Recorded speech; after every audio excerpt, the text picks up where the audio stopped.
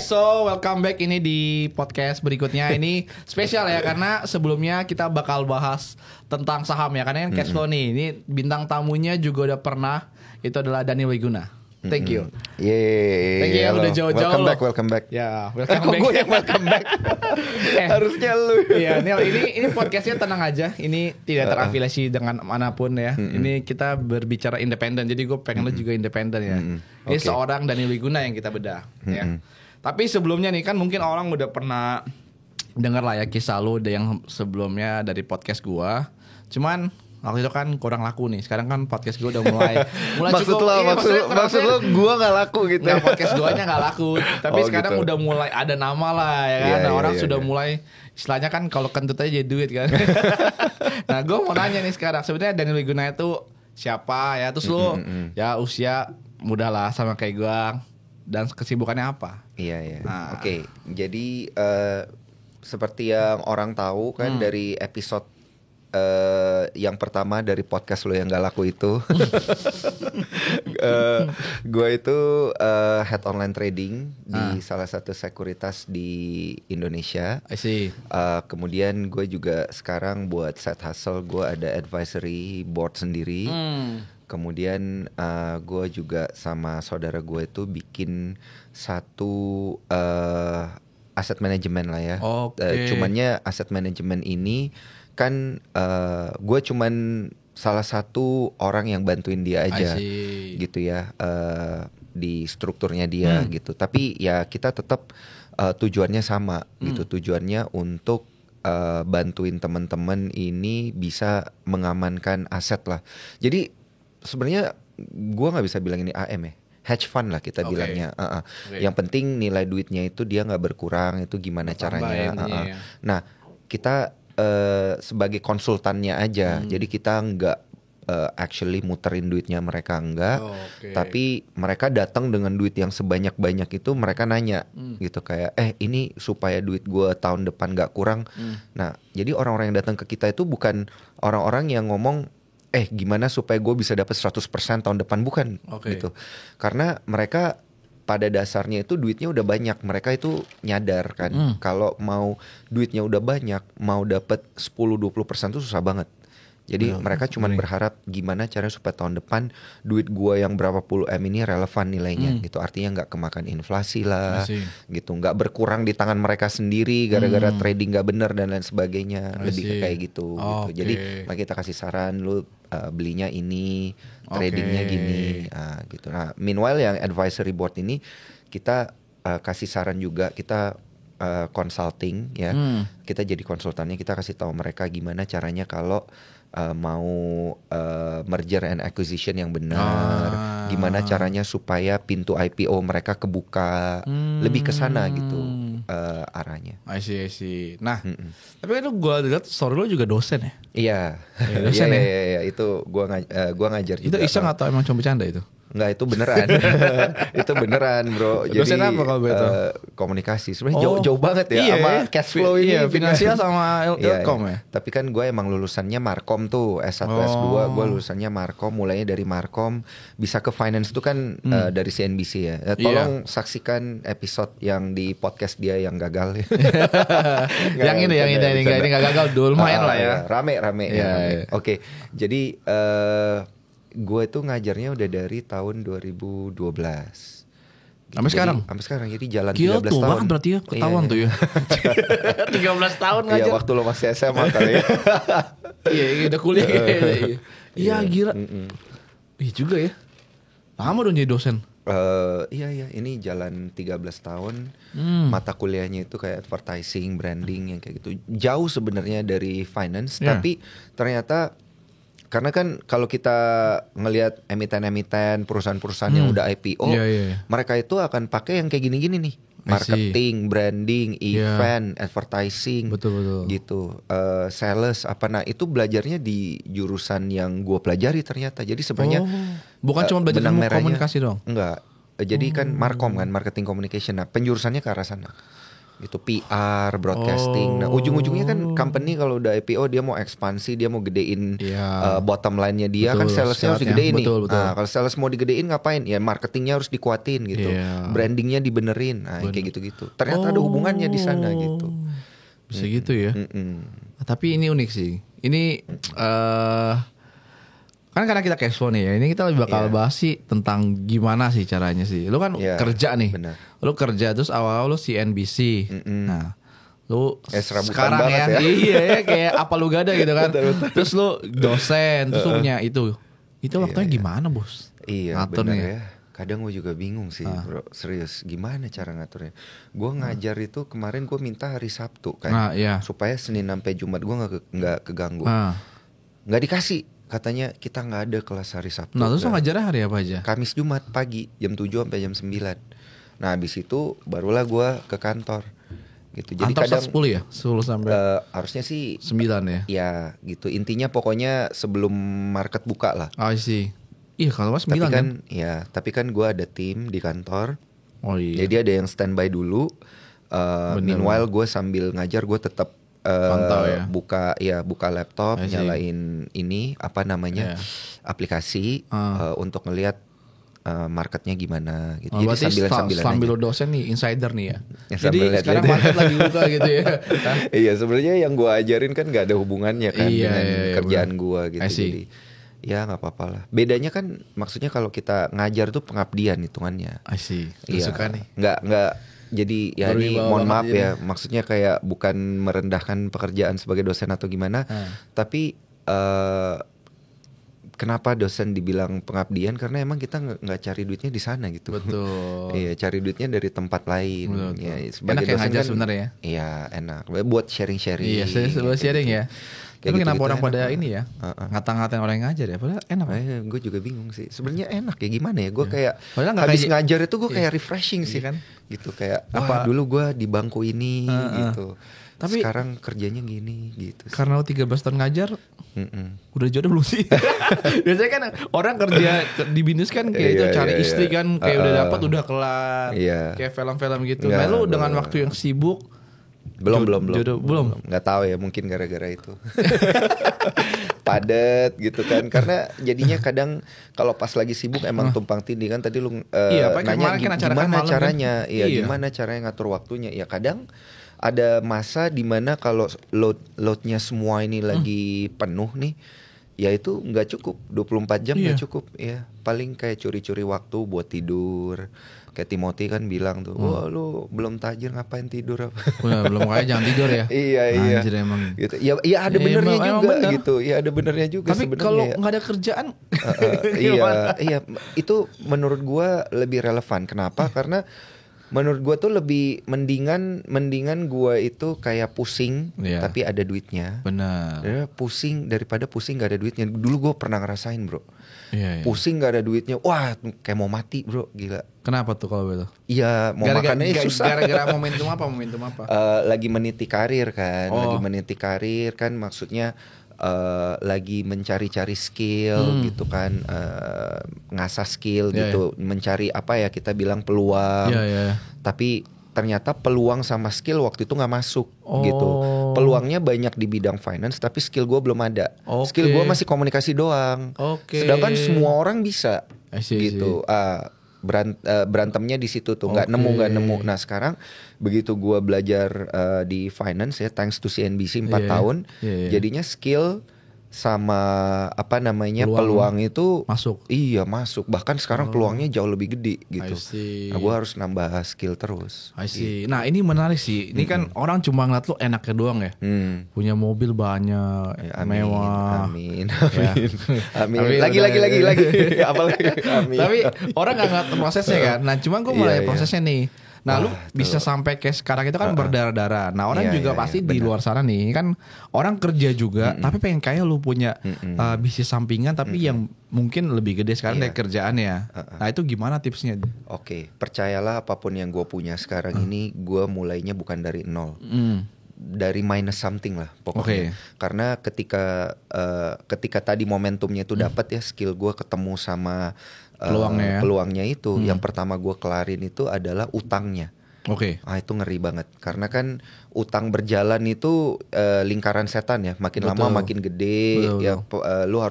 Lu harus kayak kalau lu nggak punya modal gede ya artinya lu harus jual apa. Ini yang orang bilang itu you have to sell your soul to the devil gitu.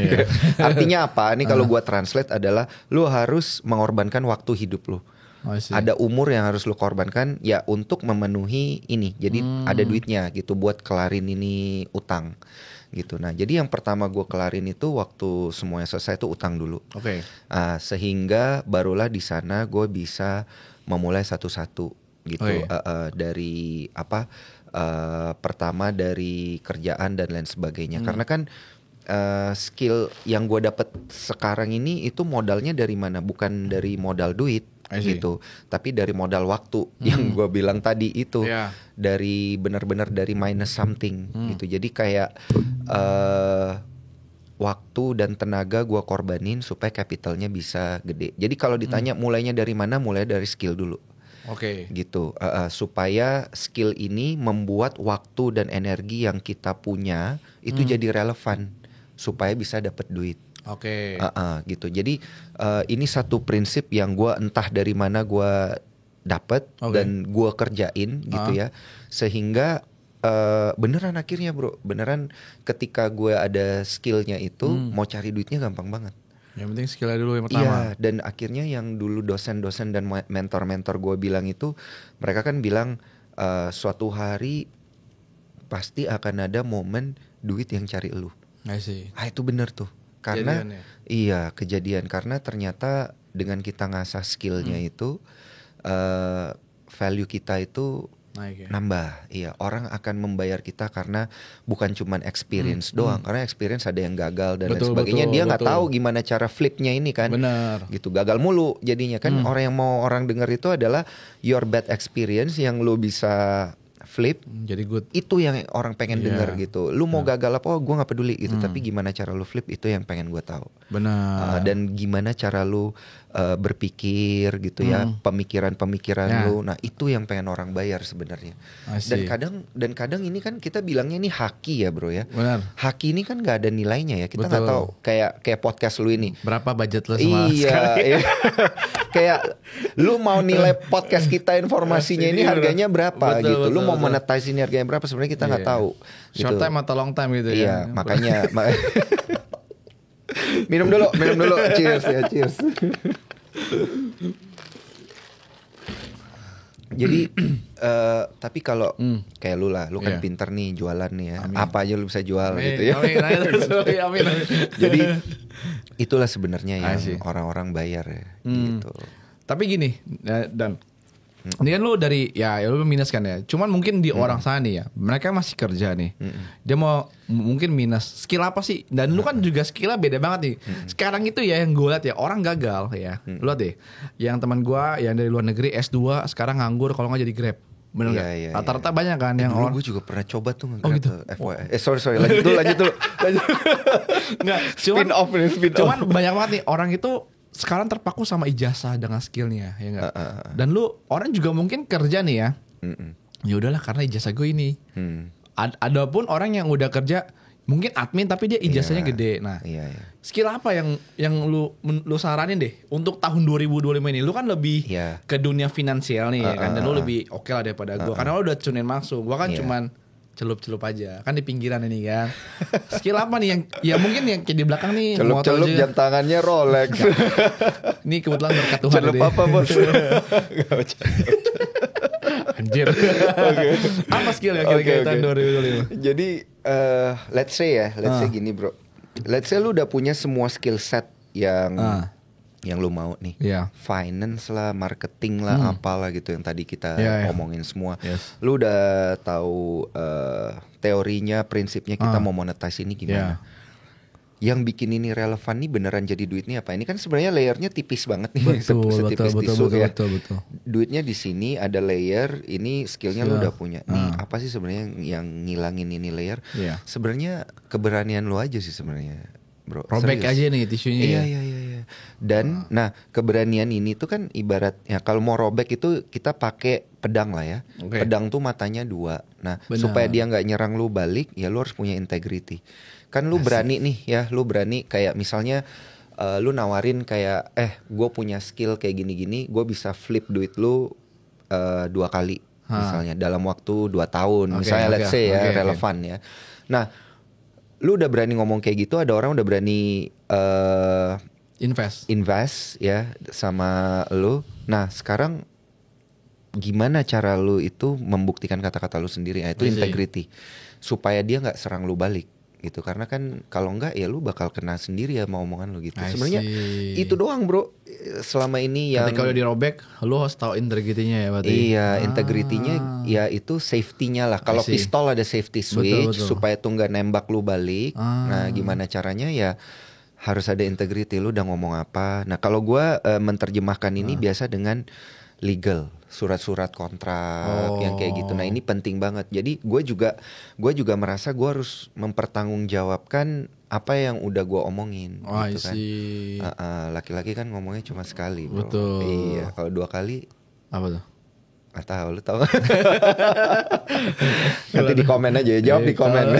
Kalau 2 kali apa? 2 kali apa? Tapi kan beberapa kan sekarang kan kalau orang ya integrity ya. Startnya iya nggak sih dari gentleman agreement kan, majority. Iya, tapi kan? Gentleman agreement tuh nggak dari mendukung. Pengalaman gue itu nggak cukup, bukan nggak mendukung ya. Most of my deal itu gentleman agreement, jabat tangan. Tapi gue tetap secure itu dengan kontrak supaya dia nggak kabur, gue nggak kabur. Gitu, tetaplah harus kayak gitu. Jadi ada itu ya gentleman agreement yang di secure gitu. Gue rasa itu lebih keren sih ya karena I see.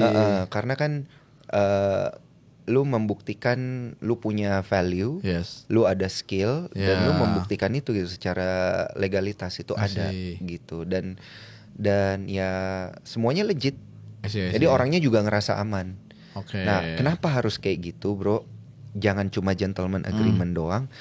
Kan yang kita ini kan pengen bisnis kita itu sustain nih. Mau side hustle, mau main hustle gitu betul. Kita pengen ini semuanya jangka panjang. Nah, let's say yang main hustle sama side hustle semuanya udah pakai cara yang benar, gentleman agreement, ada surat-surat dan lain sebagainya. Long term effect-nya apa? Kalau ini sampai hit nih, janji lu sampai tercapai, ini kan ada multiplier effect-nya. Mungkin dia bakal ngomong sama orang lain. Mungkin dia bakal trusting with another funds yang kayak gitu kan. Nah hiduplah lu selamanya. Gitu. Ya sebenarnya sesimpel itu sih. Ya cuman kadang kan pada prakteknya itu nanti ada noise-nya lah. Noise-nya itu adalah kalau lu kerja di finance, mungkin kondisi makronya gimana.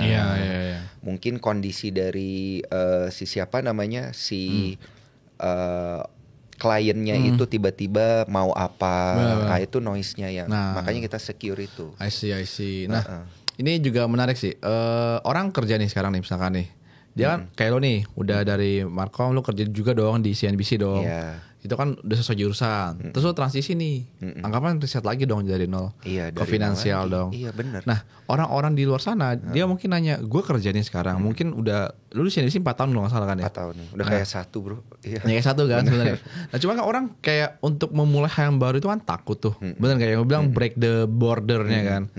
Saran lu gimana tuh? Kalau orang gimana orang memutuskan supaya dari takut jadi berani gitu. Bukan gini, gitu maksudnya. Orang itu kan takut di riset nih bro, ya kan? Takut banget di riset, dan pasti itu bakal riset pada waktunya. Yang kayak gue di riset kayak tahun lalu nih, ya kan? Cuman bener. gimana itu orang itu kayak ini gue udah waktunya gue transition. Kapan saatnya bro? Kapan gue harus keluar dari kerjaan gue yang sekarang? Itu tanda-tanda. Lo kan kerja bangsawan banget nih bro, pindah-pindah gitu, bangsawan ya, banget kan. Bangsawan tuh gimana? Bangsawan itu kalau bisnis gue itu bilangnya bangsanya karyawan. Jadi kapan kita harus switching gitu bro? Bener lagi. Lu kaum bangsawan banget bro, gue kan kaumnya kaum pengangguran kan. Gimana? Enggak, lu bos. Enggak, gue pengacara bro. Iya, pengangguran banyak acara. Nah ini gue Oke. pengacara sama bangsawan ini kan. Kapan kita harus pindah gitu ya? Iya, maksudnya kita udah tahu nih lingkungan kita ini udah nggak ini, dan kapan lo switching dong 4 tahun nih, tiba-tiba lu lihat gue pindah aja, siapa tahu di CNBC bisa jadi direktur atau segala macam, kita nggak tahu dong, bener nggak?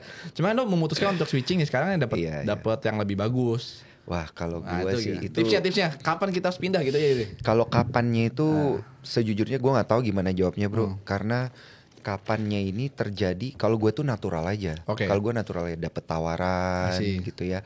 Mungkin kalau gue berarti gini, dapet tawaran itu artinya gue menerjemahkannya sudah divalidasi ternyata sama orang lain dan mereka yang menawarkan gitu. Mereka ngelihat kita selama ini mungkin skillnya udah cukup ya?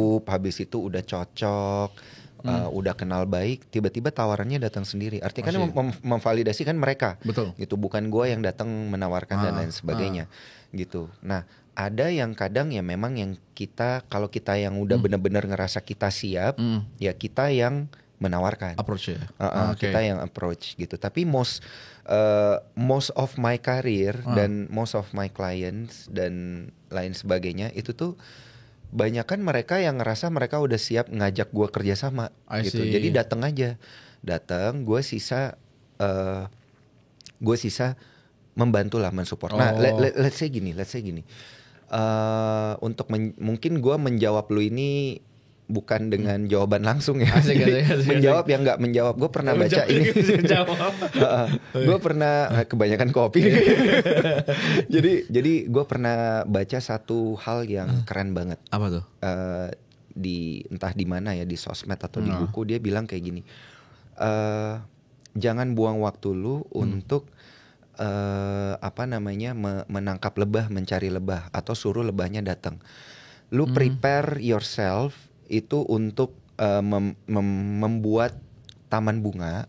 Supaya lebahnya datang sendiri. Lebahnya datang sendiri, gitu. Itu, dan ketika lebahnya datang sendiri, ya you set your own timing. Gitu aja. Kurang lebih, dan gue rasa itu most probably yang lo pegang true. Ya. Iya, most probably true. Tapi gini bro ya, ini juga mungkin pelajaran nih. Iya. Itu kan konsep itu lo pindah dapat tahun yang pertama ya bro ya. Langsung pertama lo harus pindah kan. Cuman ini kan dengan zaman yang sudah covid nih bro ya. Ingat kan yang zaman fintech di tahun pindah gede, sebentar jebret. Benar. Ya dong. Itu gimana tuh menurut lo? Jangan yang sekarang bro. Asal pindah gitu ya. Iya. Asal pindah itu ya ini gue juga lihat sama beberapa rekan gue gitu ya. Sangat disayangkan kalau istilahnya itu mungkin harus bakar jembatan terlalu cepat gitu. Akhirnya waktu ada di tempat yang dia egoin gitu, kayak gue bilangnya ego sih, karena mungkin tidak dengan persiapan yang matang dan lain sebagainya, itu akhirnya sulit ya, susah, sulat jadi susah dan sulit jadi sulat. Oke, jadi maksud gue itu kalau gue ketika gue pindah ya, gue nggak pernah bakar jembatan bro. Lalu lihat, gue kan dari awal dosen nih. Iya. Sampai sekarang gue masih ngajar. Padahal gue head online trading lah, ngerjain ini. Sama CNBC gue nggak bakar jembatan bro. Kemarin gue baru dari CNBC, si bos interview di CNBC, gue datang gue masih bawa kopi, bawa kue, mereka masih welcome, mereka masih nanya, kapan lu mau siaran atau apa kayak gitu. Dan kadang gue juga masih, karena hubungan gue sangat baik dengan mereka, kadang gue mendatangkan narsum buat mereka gitu, mereka merasa terbantu. Jadi actually sampai sekarang metode gue memang bukan metode bakar jembatan gitu, karena sama mereka itu selalu connected aja. I see. Gitu. Jadi pindah tapi still jaga hubungan lah ya. Iya, itu yang terjadi ya. Mungkin ya karena kan gue waktu entry baik-baik, exitnya juga baik-baik gitu. Tapi ternyata nggak pernah exit kayaknya, karena masih circle-nya situ aja dan berhubungan kerjaannya. Iya benar, kebetulan gitu, ya. Iya. Nah, cuman kalau orang yang udah contoh nih, mungkin lo banyak dong dapat curhatan yang mungkin lo kan dosen nih. Gue kayaknya salah kerja deh gitu. Lo pernah dapat ya? Menurut tuh ada nggak sih orang minta saran? Bener. Pernah nggak sih dapat saran? Gue kayaknya nih gue udah kerja sini udah 2 tahun 3 tahun. Cuman gue kayak ngerasa gue salah kerjaan tuh. Itu tips tuh gimana? Menurut gue nih, ini disclaimer ya. Yang pertama nih, menurut gue tidak ada. Gue nggak pernah menemukan yang namanya salah kerjaan, ya. Tapi salah jurusan ada. Gitu. Kuliah salah jurusan ada, gitu ya. Sarannya gimana? Ya udah, kalau udah semester akhir udah telat, kelarin aja dulu. Nanti perbaikinya pas nyari kerjaan, gitu. Nah kalau misalnya ada yang ngerasa kayaknya gue kerjanya di kantor yang salah dan lain sebagainya, ya mau gimana, kelarin aja ininya, apa namanya kontraknya, atau mungkin kalau dia udah terlanjur jadi karyawan ya resign aja, karena mungkin passionnya nggak di sana, gitu kan. Mungkin setahun 2 tahun masih enak, 2 tahun kok kayak beda gitu ya. Kalau menurut gue cuman bisa bilang nggak ada kata terlambat lah buat itu, ini aja lah kalau mau pindah kerjaan atau cari side hustle, mending kayak gitu, karena daripada buang-buang waktu ya bro. Ya kan kita di capital market kan 1 detik aja itu nilai duitnya berapa itu bro. Bisa kalau kita trading bisa dapat duit berapa, lumayan. Ya lumayan lah, segelas kopi gitu. Ya kayak gitu, jadi mending langsung switching aja lah gitu, kalau emang ngerasa nggak cocok gitu kan. Nah ini 2 pertanyaan terakhir deh, tapi seru sih, gue masih banyak banget udah. Lo kan orang saham banget nih ya. Sekarang lagi zamannya kripto bro ya. Pandangan lu gimana bro? Apa kalau turunin ke kripto? Kan biasanya saham sama kripto kan clash banget nih. Iya. Saham apa kripto nggak aman? Sekarang udah ada bukti, sekarang kan udah aman. Iya, tapi gue bingung loh kenapa ya para trader itu harus clash antara kripto dan saham gitu ya. Karena gue itu megang kata-katanya George Soros ya. Ini correct me if I'm wrong. Teman-teman pasti tahu lah siapa George Soros itu. George Soros itu salah satu orang yang pernah nge-short rupiah. Gitu. Rupiah? Iya. Itu krisis Chris Mon. Waktu itu belum ada Twitter ya. Nanti boleh pada nge-short lah ya. Nge-short lagi salah. Salah ya. Saham Indonesia belum bisa di-short ya. Belum diizinkan.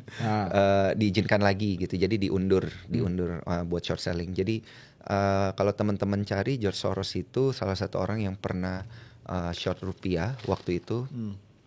Dan dia pernah bilang kayak gini. Dia pernah bilang something about jadi gue lupa ya exactly dia ngomong apa, tapi dia bilang lu jangan argue kalau gak ada duitnya gitu. Dalam arti kayak gini, seberapa duit yang lu dapat ketika lu benar, bandingin dengan seberapa duit yang lu dapat ketika lu salah.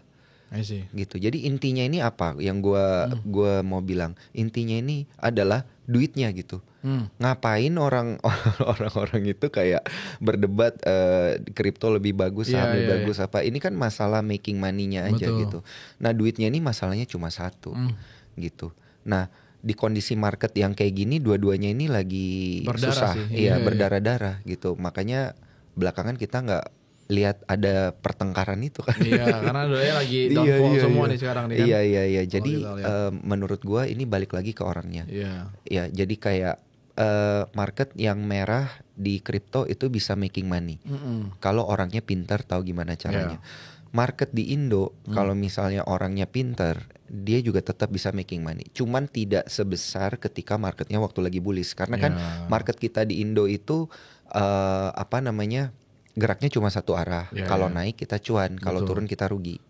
Gitu. Jadi ini ibarat gimana caranya kita mitigasi risiko aja. Tapi kan kita ada instrumen lain gitu. Kita bisa pindah ke reksadana dulu.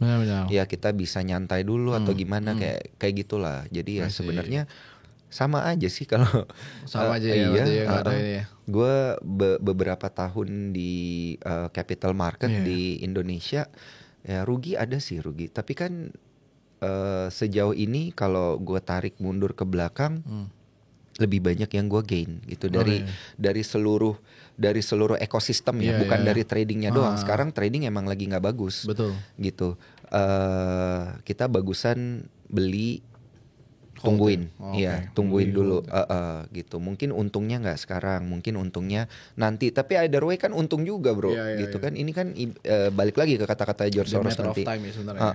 Iya, berapa duit yang lu dapat ketika lu itu benar, gitu. I see. Oke, kalau gitu karena saham nih ya, ada top nggak pilihan saham lu untuk tahun ini? Wah, kalau gue udah pasti.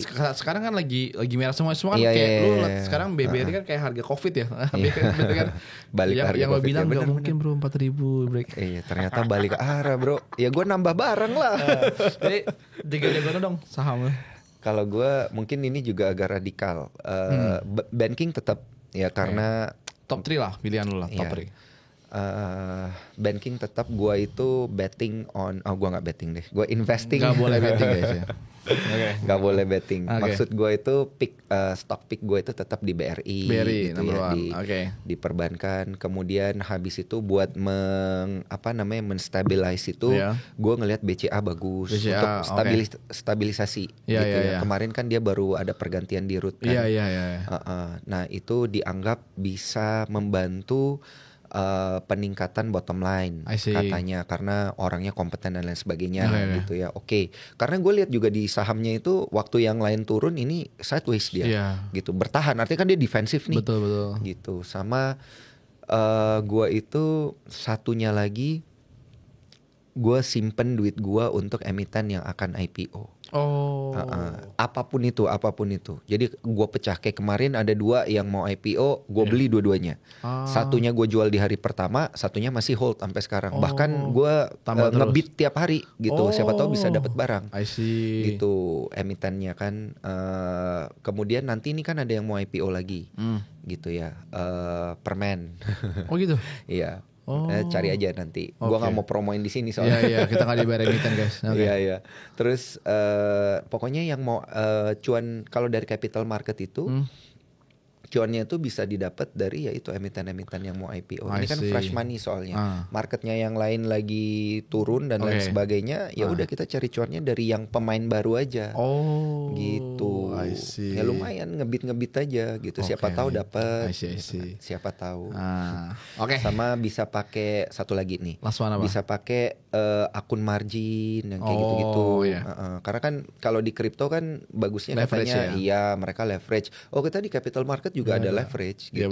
Cuman ada minimum buy-in-nya kalau mau leverage gitu ya. Berapa ya? Ada yang kasih 50, ada yang kasih 250. Nanti dikasih 1:1. Gitu. Jadi kan tapi kan ini sifatnya long term ya. Betul. Lumayan ya. Iya, kurang lebih gitu. Membantu ya, uang gratis. I see. Nah, tips terakhir dong untuk budgeting ala Daniel Wiguna. Supaya kita cara memplotting orang bisa keluar dari kerjaan dan dengan manajemen yang benar supaya bisa sampai 1 miliar pertama dulu lah. Iya. Kalau gue di kondisi market kayak gini nih, tetap harus punya fixed income dulu. Pendapatan yang tetap ini harus dijaga banget. Kemudian kalau kondisi marketnya lagi nggak bagus, ini risknya kan naik. Berarti rasio savingnya, safety, gue bilang margin of safety-nya itu harus digedein. Caranya gimana? Yang untuk spekulatif buy, yang untuk yang untuk spekulatif buy diturunin, yang untuk investing harus lebih digedein. Gitu. Karena kan kalau lagi kondisi market kayak gini, risiko itu gede ya. Jadi makanya kalau gue selalu pakai rasionya itu 30-40% lah dari pendapatan. Dari 40% itu kalau zaman dulu nih, kalau marketnya lagi bullish, itu bisa 90% langsung buat emiten-emiten yang yang bisa kita bilang itu lebih high risk lah. Gitu. Kalau gue 10%-nya baru buat yang banking yang kayak gitu. Kalau sekarang gue balik aman. Bahkan 90% itu begitu gue ada tabungan, gue beliin reksadana dulu, gue amanin. Daripada nganggur di bank. Kan ya lumayan kan kalau beli money market fund itu tiap hari bisa dapat 0,01. Ya oke lah gitu kan. Ada beberapa instrumen yang kasih lebih 0,05 sehari gitu ya, lumayan gitu. Nanti kalau marketnya udah bagus, redeem langsung beli sahamnya. Jadi tips gue kayak gitu. Sama yang terakhir, skill ini sih. Skill itu adalah salah satu cara untuk menciptakan uang out of thin air. Dari gimana ya? Dari nol, dari nggak ada apa-apa gitu ya. Dengan adanya skill itu kita bisa tiba-tiba ada duit. Gitu. Nah, ini gue pertanyaan sih, mungkin orang bingung ya. Ini tadi lo ngomong skill. Satu skill deh yang menurut lo paling penting di dunia ini apa? Finance, bro. Skill finance. Ya. Itu paling penting. Dan menurut gue yang sekarang lagi gue perdalam itu adalah IB. Skill-skillnya investment banking ya gue perdalam, karena ya itulah satu-satunya skill yang membantu yang benar-benar signifikan lah gitu ya. Bukan cuman secara individu tapi corporate aja kalau misalnya IB-nya kuat, itu pasti making money-nya kencang, bro. Oh. Iya. Menarik, nanti gue juga ambil lah. IB, oke. Sip, itu aja sih. So far, so good ya. Iya. Oke, thank you. Thank you, bro. Udah datang di podcast ini. Thank you udah diundang. Teman-teman siapa lagi? Oke. Komen di bawah guys. Oke, bye-bye. Bye-bye.